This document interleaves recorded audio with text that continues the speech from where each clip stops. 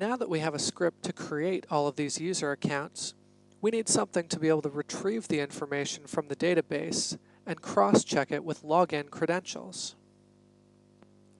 Let's have a look at the login.php file from the samples. Note that the script is called login, but the user interface says sign in. This is an example of different terminology being used for programming versus end users. It is often best to use the simplest language possible in the user interface. So far, the script looks very similar. Bringing it up in our browser gives us another form to enter our email address and password. Let's try it out.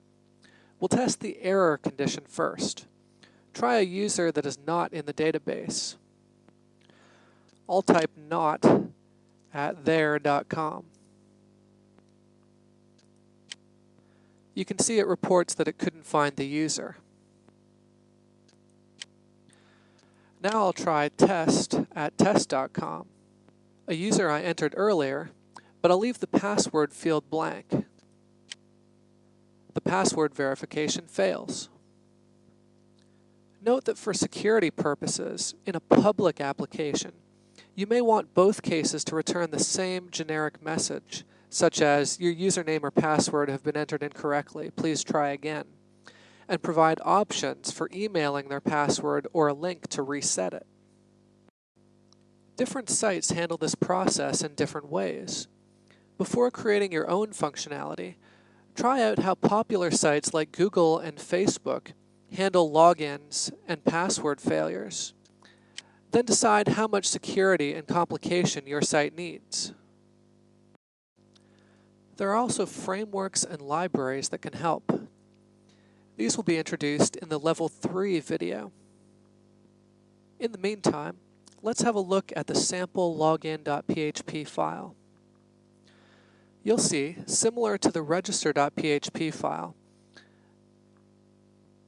we first check to see if data has been posted. If not, we display our simple form. We then connect to our database and perform what's called a select query. Select star means retrieve all columns. From users means to select those columns from the table called users. Where email equals is our search condition, the email address entered by the user.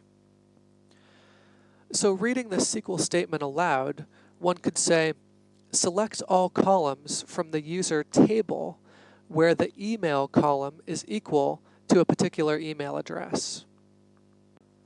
Next, we output the SQL statement and assign the result of this query to $result, then check to see how many rows were returned. Note here that we currently have no check in our register function for duplicate email addresses, so this function might return more than one result. In a production application, the registration function would prevent this. Next, if we successfully retrieve a row, we compute a hash of the password the user entered and compare it to the hash we have on file in the database. If any of these steps fail, we output a corresponding error message. And finally, of course, we close the database. Before we end this chapter, we should also mention the join function. You can add this to a select query to combine and join results from two different tables into one set of results. It can be very powerful. For instance, the statement select star from news items, join users on newsitems.userid equals users.id will return all rows in news items, but also include linked information from the users table. You'll be able to see how this all comes together in the final chapter once we've covered some more material. But for now, that's all you need to create a simple login and verify password script that retrieves user information from a database.